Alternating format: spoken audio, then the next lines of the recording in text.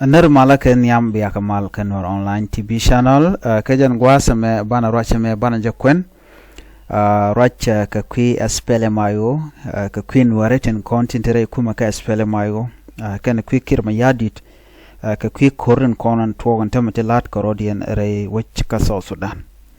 akena konan gorno banyo akayen gwasa me akan kono niam dong jiram jidit ke ram pai channel me pai jek Nuer online goro jeno en go jender subscribe ka dere notification bell der jetwan ko mete ka ler me jidit me shibare de je shwamala jege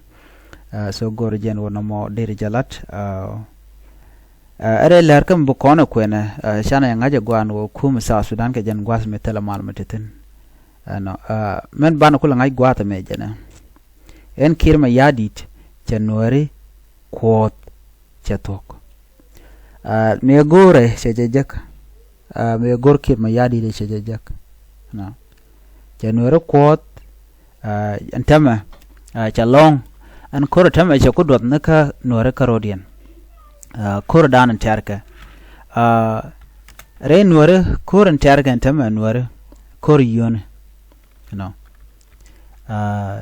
Name a kore ubran ben a queer, okay? Jin gur jen obi jin a queer, no rotato a can a contin tin target tama na con. No, mulu con jokate pantechero lat chuman tama. No, she atin con lat corudin shiakangach a gual along. No, Nuer till a quar nede contin yarka Nuerka quar Nuere. Quar Nuere taken kariak, rigdien a mutot. Rigdien sure tell like a power, taken ga power, but Rigdien take a you. That is the main point. Cook and choco to a quack or the Nuer. Ram rain were teram can she quershi lut. Okay, come go kilut. Can you call a quan were? You know, Dick and you can kiir. Man cool bedjane. Kan ka kwar tila moy kene ke yo okay moy ke yo anga kiir kan yu ko na kam ka ka chike yu trot chike yu to ngwan ke yu tot te gang na gatin ba ko bran ba gole beje lok no wal weidu chuje point duar point de chuje wijen biten chuje take to ngwan gor community ka la community Nuer bi ngajino community Nuer tele je piu okay tele piu community Nuer tele je kwan gorano dong da ta ka kak mdi dar je pur okay kwan tele je community Nuer right kone okay tele je karaba okay tele karaba community Nuer right kone gore dol wal mugwa community Nuer gore dul gora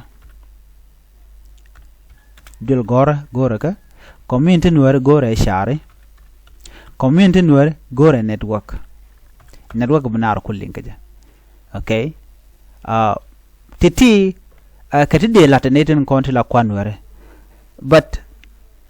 kirma yadit ko ngaje system dana use ko ngai kon ne medan alarik dial bugo to ko gwade che korje to goje ke 2013 Kor 2013 jadi dial chaga yar okay jadi dial yar ando bran yara keja chate ko jen bajan ka power kirma yadit ke nin dial team lar ko 2013 benaka 2018 ke 20 ya benaka 2018 dio je take 5 years I think 5 years ke do kon cholo run die karun die je to kirma yadit te kwarka okay kame te kwarka ngula ladam okay men la dengu mete jirodo ngulet kirma yadir kurun dang deja okay jen kwale kwak so Sudan kwak kwaleka kwakten kon tintere ka so Sudan ne ka tamidan me ko che to ka 2013 me cha Nuer shaganak yanga jeno ne ti chop ke kinat ku dangwan chikelu okay chijo kono me kinu kudang wan chika liu te cha tanin cha ngajeno duno ne tikane cha kolla kane te kontila jiwen okay kaji wan ku ko kolego tele rami shika kolek kanere ko ken but kaji wan kwen gane ka duno tega ne te kan kwen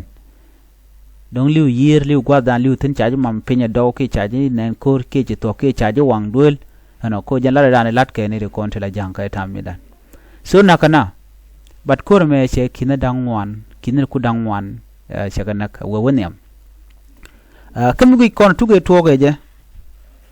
me chikir me yadi che ngaje no doctor ma char bro chung chana rwain ngwan we ko na ngaj ko to kon dialtin me dane kana togo no ngum le roda jang ken bigun wer bukan ganak lakana lada George okay lat ken George ka changder lat ken niam dur lat ken ni re kuma kaba reng ma char chene na ke 1991 so kujemo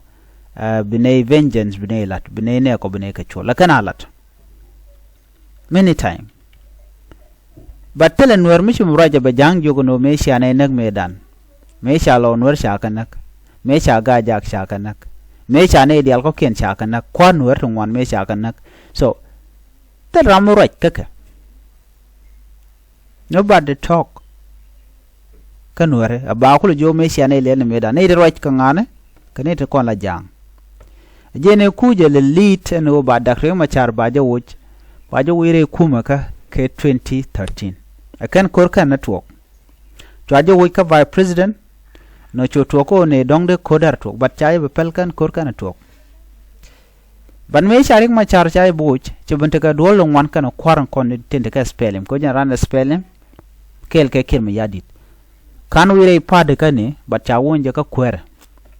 mu kwaji suspend ka requirado atela information murong menyo da gwano jin woy ke jikana me woy ke jikalot what can you do so chu nyur ba tela Nuer me ma yodan gwade dan ban me chi to gene me ko tere doare me ku kirma yadit ko nyoko jen ke deide we ne reng ma char we meken we ka kaf kashi guru ne dalaka bo already kan de ni jan kan dia ne kan amna ga tamran wo je dakre ma change je gwano ba tegare ngbuto ko chin wari bu no chikan mino no ne ken de ka chenga jek like that chikan de no okay so anna mo shunga de triggered chorik choje triggered me kan kap kan mai garden wore te ko ne de kel ka dakre ma char chu kor chu to ka chwaring ma cha chwa nangrar me chenanyo go shure no yene kola civilian lonya jok ko inara barne na ko yunmis ne de chilo jogo jene ko te kali di dane nen yena ko shi kuma chana kan no kurme te kam kuma karwada but in fact gula ethnic cleansing so shi jang chicken maska chicken carried out against Nuer chuko Nuer kan na ka jene ko te ka peg di shi anen miliwana ka jente ko tele mal chumen wala so chu tene lo na kan Nuer chu so Sudan chu dak daga ko shi Nuer shi ka jen ka Nuer shaganak mistake dane shakula me da taye dane china jen kaja kan taye dane shi Nuer kan gwenje no me la roda e politic ite kam dak ring machar kene kirma yadit jene dan nang Nuer but kan Nuer kan calculate no na me gula targeting ni jen gwal target ke point kan Nuer ku gala realize later so no mo jene dane nang Nuer chwa Nuer chwa yo nak so me churun che wo chamal janyo butani cha dor bu jigno jene e politic nyok chu bete ko te ka spelling mayo ka spelling maji ka bon ko ken dial ko ken no ete malat ka chamal yayo tan ka Khartoum ke 2018 me ngoda ken Khartoum kana dak la Sudan so chumal me yayo tan so right now look at this charge politicized in the end cha naga dan na kanor charge pello charge sideline cha lat gol ka teram le dir ke je no ngum shorlat so me to genana chu point the spelling mayo chu rodo nyoko men de akro chu te ka spelling io kit gwang faction take 10 minutes wude chala wuter ma chal ka Johnson lo nyane aram kel chu ko be nyoko jen chu ro ko lo mo kedun chala agwele gana agwele ke ngade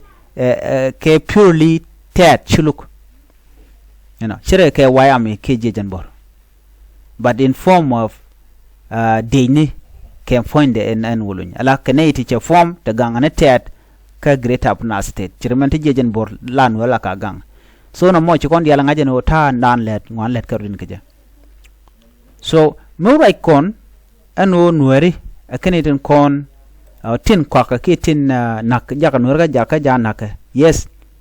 ko me che tuok chi ro dien go chu gaba en 2016 la ne na ro dien briala kan oba dolat me ku Dr. Machar ko lo ko juba me bu ko tuok this was a plant gan Nuer ya jugo no yen kwa Nuer ko ken ya jugo no yen Riek Machar gang ni pin logo no malben but that was not the case ko mo na ka to ko kan le ligu Nuer kana address ka ni ti te goro dong de kwar de kana kanane ano anyo kwar cha kana je bang bai ju jangene kwar ba ji kon kwanya neku so that's the reason bai kon kwanya neku ba bi kul ngaji no no kaje but nuku kamne je bang re de ka sedem tok chi me da ne shalan me cha Dr. Machar cha wo ke 2016 ne chore wi ki juba ko cha wo chi mal cha gwa e na ko benda wo no chungod ban no ko je ko jane gor mal bere ko South Sudan but still chwa ko nyo ko target julia di chu nyo ko ben an gwa mo chwa Riek Machar chwa jo wo chwa tabande ngai chula gwa de tabande ngai la ka tabande ngai jana mdante dor ke Riek Machar chu de juba ala delegation ko kene ko na jak wa mal wa jalat chu jangaro ko ba vice president so na mo sianga triggered jami siajen kam Nuer jeje nyot eno Nuer kwarken bul ken struggle ke kwi yone ken kwi kwara so mi mo shi mo gwa che lo good kan Nuer community ano anyot je gwa no Nuer tele ko tele ka mila kana char mo dong de ne ken dia de kan nyam spiritual kwa Nuer chi kan cher kamana ande no de kan nyam so chu no mo chu to ko no lunde jogwe she lunde jogwe ko South Africa me kwa lo yenten chu te ka pas dial te kan darawa sares ke ten nga ka tet ker mo yadit ko South Africa ko chi South Africa wala cholo no jene rebel leader Riek Machar men me chab gu jeno shi jalode chu ben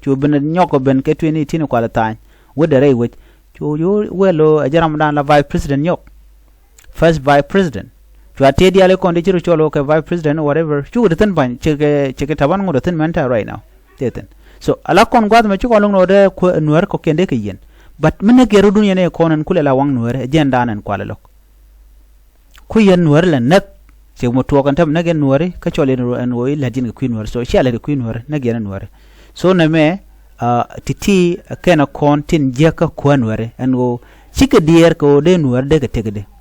dan Nuer tele ma chala tin mi jenu yen ga jang tam right now lokaro yen let ken ngwan to ngwan but kon gwa tele mo gwa malat ke Nuer so ku je mo Nuer chi ngwano ba jurike ke ba ka mo ke yo ku me dun kir ma yadit ka kam Nuer ka lusni chang so chika right now mo to kan tam beje ko chawakati ko ken en ka charla na charga je gweje no be beje long kan Nuer en ko ken ko gwa dan dan o mal ben no be ching don Nuer mark my word okay ko Nuer chika long ni nan tam Nuer chi rin jech le adire me ba yik tok karami mo jang Nuer ko ba naka che be gwa ka je so na me akel me do kan Nuer so on kor to ka geta pana steren tam me la jang la ka jaka mo ka tin Nuer bu Nuer benak san kan ga Nuer konti na kan Nuer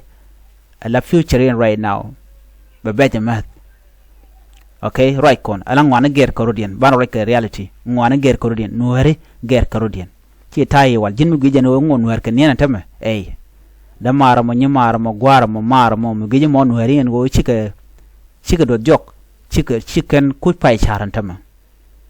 so mu wi mi jeg wilet kaka be jega lon ko gwatan be der ka dol tam ba darun be lel yari do so you should be thinking about your children ko gwada da danan be okay chi taye wale la ka marginalize la ke jegle la ke but right now they are waking up and man kwara konen be bo ka kwar gan Nuer ti ci gwa tingan manana gur ke community chicken politics chicken bilat jin mil ti kwara to e politics den la ete gane ko ke politics this it got nothing to do with politics this is a community your own people kwa kala la de jeka ngulla yin ngwan nan ko politiko so gore jena men go de nyaka yakele no ngaje kele no nene en kirma yadit je Nuer che ka ko already so kan Nuer ya ti cha koti these are the Nuer community ten bi chu ka gwaden be mu te chi kana ti da gwa of course there will boom ne itine idina metala mo gorbom yen ki yen ne ti chwale Nuer so mitem nang Nuer da yen nakel miti am dan mi je ba jo bom na mo ne mi je ko le je no kon la right tan tam kir jang em je no bu ko Nuer bu kan ka use ka yo ban je mu do den